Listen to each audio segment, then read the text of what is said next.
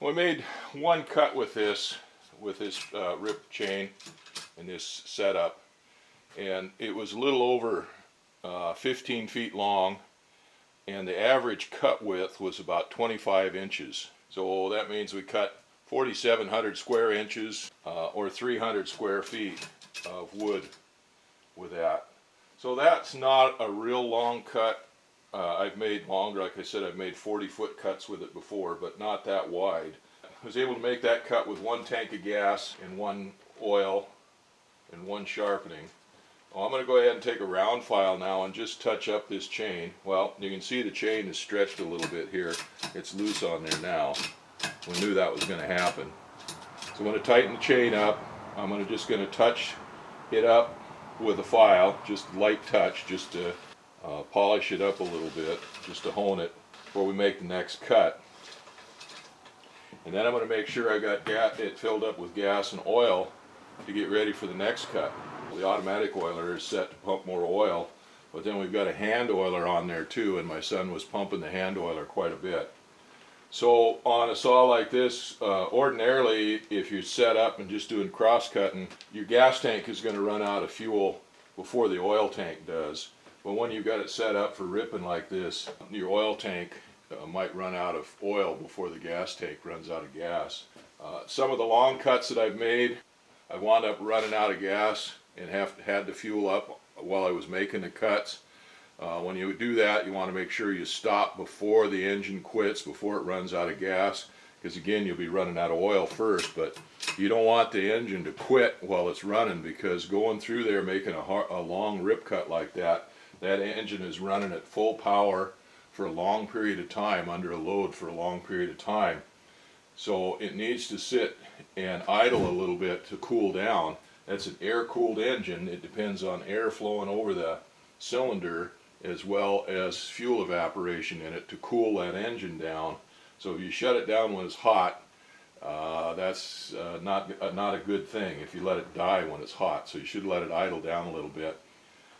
Going on cross-cutting and normal cutting and stuff, it doesn't make quite so much difference, but on a long rip cut, it's really important to let the engine idle a little bit and to cool off.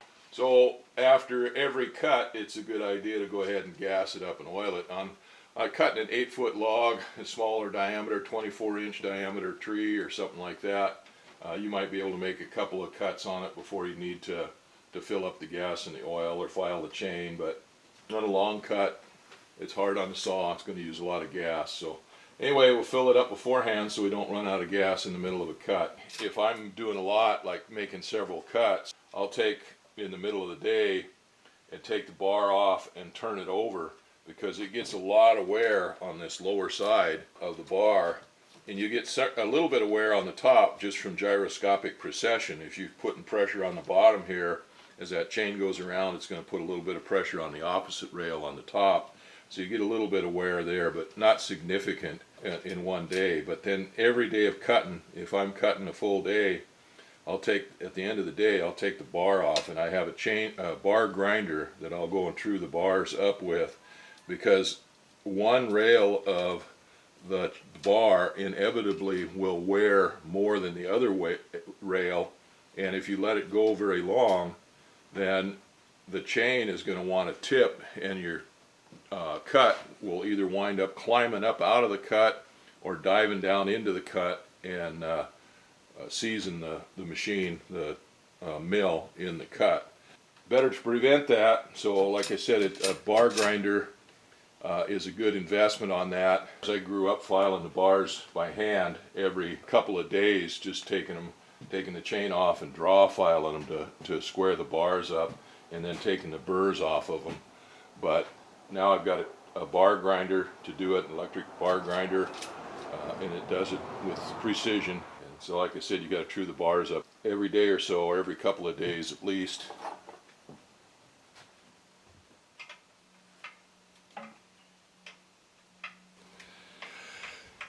I made those end plates, flat pieces of aluminum, and I made all the edges square. That is almost a perfect square, or as perfect as I could get it by hand. So the top edge up there is perfectly square with either side and parallel with the bottom. Then I GB welded those line levels on there, so the line levels are perfectly parallel with that top. So when the bubble's right in the center, that top is level. And I did that on both of them so that we wind up with a flat plane across the first cut. We want this first cut to be a perfectly flat plane going out across there. Because if those things aren't perfectly parallel, then you'll wind up with a twist in it and it won't be perfectly flat.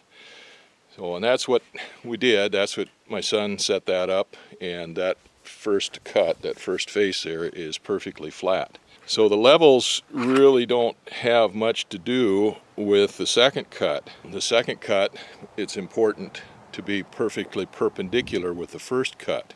On a smaller log, I'll just take the edges of those plates and line them up with the first cut. That way the second cut, the top face, then is perpendicular to the first cut. But on a log like this that is quite a bit bigger, I took my framing square and I used the fat edge of the framing square and made it parallel with that face cut, that first face, marked lines on it. I made 3 lines on it to try to center this up, or at least get it close to center. It doesn't have to be perfect. So anyway, that winds up being 6 inches over from this first face cut. And then I lined up the edge of that plate with that line, and I checked on it by using my framing square. About as close to perfect as you can get. So I did that on both ends. On the other end is the same way. So by checking that, getting both of these perfectly perpendicular with this face over here using the framing square, then the plane that's described by these 2 strings right here will be perfectly perpendicular with this plane of this face right here. So I put my lag bolts in there now, and as I told my son, it's easier or better, I've found, to drive the lag bolts down below this string and then bring them up to it than it is to drive them down and then try to screw them in farther. Anyway, I'll go ahead and swat deer flies here, horse flies here, and keep setting up the lag bolts in here.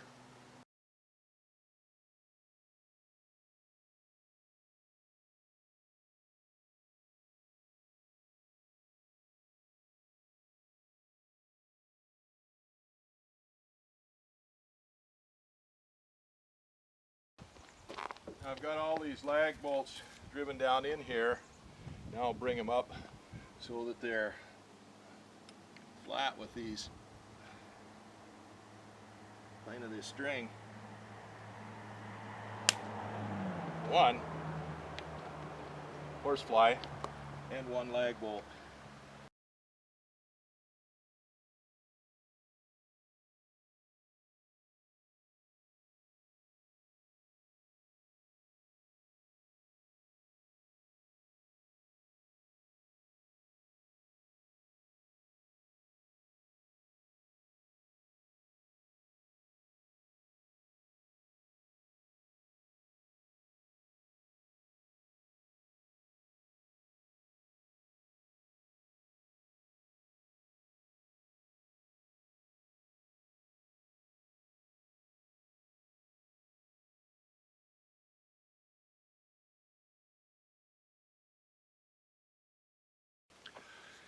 Well, the longest lag bolt I used this time was 5.5 inches, let's say 6 inches, and we got 1 inch of the guide there with the guide board on there and the guide and everything on there. It's about 1 inch. So I could set that saw up for about 8 inches.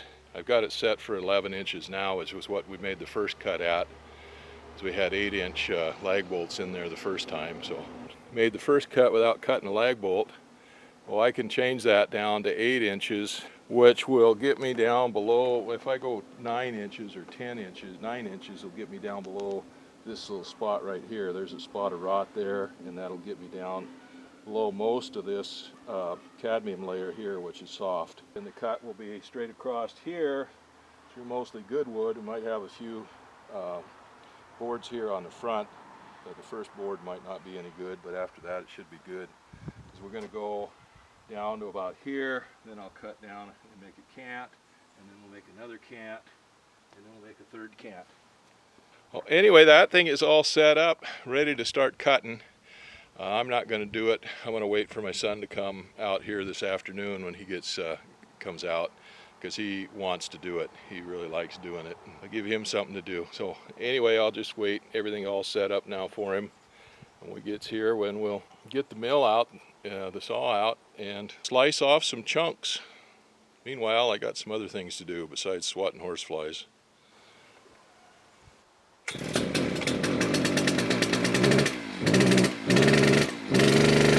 brake off.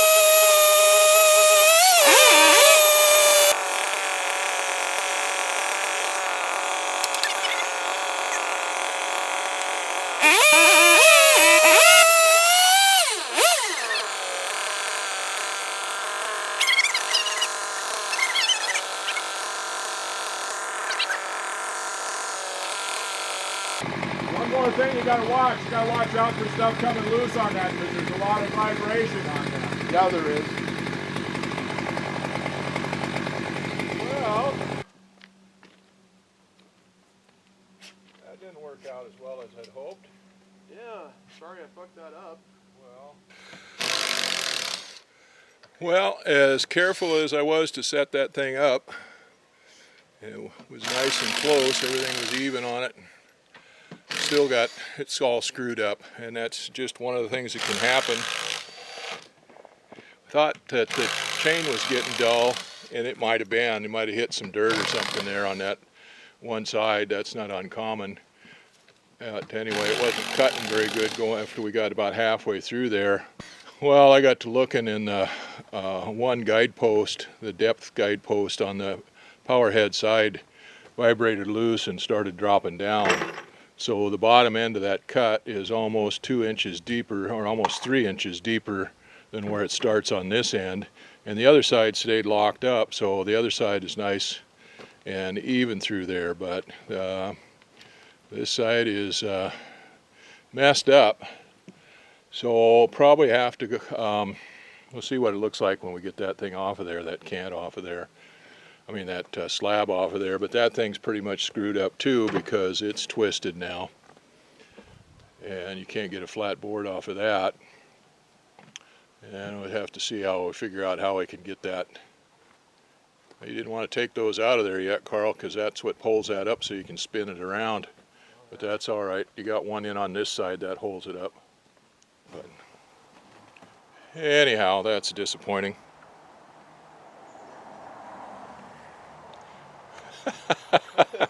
Yeah. That's a little heavy. Yeah. You got 6 inches. inches of stuff down there, but that's why you leave that wedge in there like that so it makes a pivot point. Yeah. And it's easier to use the small end than the big end. Oh.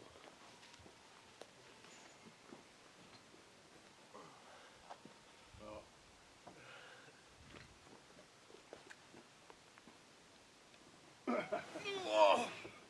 Oh, jeez.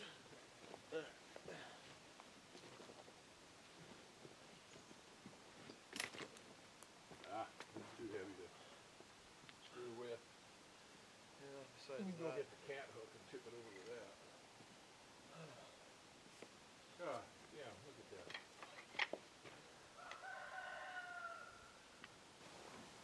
All the, You gonna make a dust storm? started out, we were having a little roofing fun.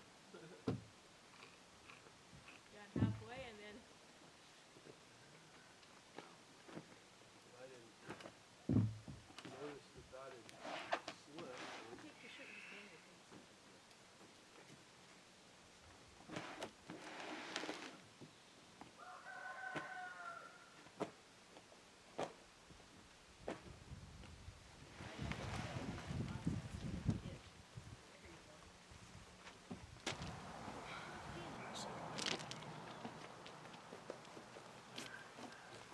That end up.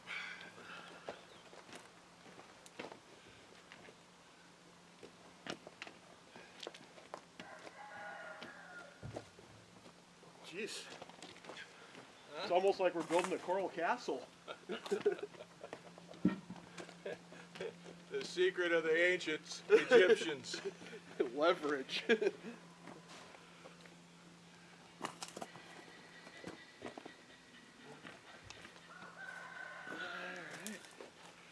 Right, that'll do it. Well, there's chainsaw milling 101, how to make mistakes. How to screw up a perfectly fine piece of wood.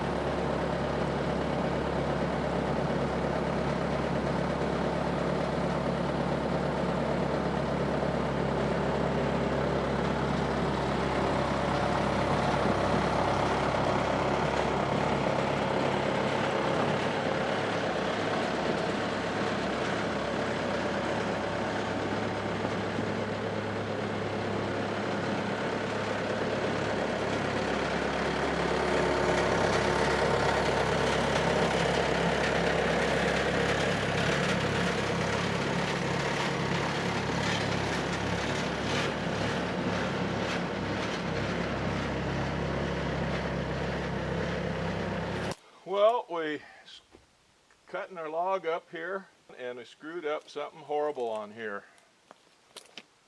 We set up for the first face cut here, cut a slab off of that, and that turned out just perfect. We rolled the log over to set up for the second face cut, and I set that all up yesterday and I was real careful with it, did a pretty good job on that. Well, when my son come to cut this, we started the cut down there, everything was going good, then we noticed the saw started binding up a little bit or something. It was cutting slow and rough. I was just sure that we hit a rock or something like that in the barky side, the raw side of the log over here, and dulled the chain. We kept going, it was cutting okay. We kept going, but it just get harder and harder and harder. Finally got down to about here, and I got to looking, and I noticed that the one clamp on the post on the one side had loosened up a little bit or something, and so that side was dropping way down. So we started out with a nice flat cut up there, and as we came down, it just got deeper and deeper cut on this power head side until it was almost 3 inches deeper on this side here than this side here. Oh, that pretty much ruins that cut, because that's got a big twist in it now right there, and it's just our fault, probably my fault, because I'm the one that set it up. I changed the depth of cut on that from 11 inches on our first face to 10 inches on our second face, and I just must not have got that one bolt clamped down tight enough. Now that's happened before, and I've noticed it when we went through the wood, it coming loose. In fact, those U-bolts that hold that guide rail up onto the posts are only 1/4 inch, and I've tightened those down so tight before that I wound up breaking those U-bolts and had them coming loose and had to replace them a couple times. So it's not unusual for that thing, the vibration and whatnot in there, for stuff to come loose on that when you're using it. And my son just hadn't used it enough to realize that he had to look out for that kind of stuff. And it's been over 20 years since I used that sawmill, so there's a lot of stuff on there like that that I've forgotten. So now we got to see what we can do about correcting for that. And I suppose if I had a long enough guide board that I could put it down flat on that end and shim it up on this end so that it was perpendicular here to this side and run down through there. But this is a 15, almost 16-foot log right here. So finding something that would work on that would be kind of tough to set something up on there. But what I'm going to do is go ahead and sit my end plates on here, compensate deer flies, horse flies. We call them horse flies, but there ain't any horses around here. But it's hot, and these things come out in the hot and dry, and they're wicked. But yeah, it's already 80 degrees out here. We're going through a real hot spell. It's a pretty unusual here for southeast Alaska. High was last week was 55 degrees, and yesterday it was 85 degrees. So anyway, it's pretty warm. So I've still got my reference mark right here that I can reference this off of, and I can run off of this face with my square and square this edge up. I need at least 1.5 inches height off of this to clear my rails on my guide board. So that end down there I can set it up flush. This end down here I've got to set it up, and it's going to be 3 inches higher on one side than the other side. So I can go ahead and set that up just like that. Put my lag bolts in there and get it all set up for a cut. I guess that's what it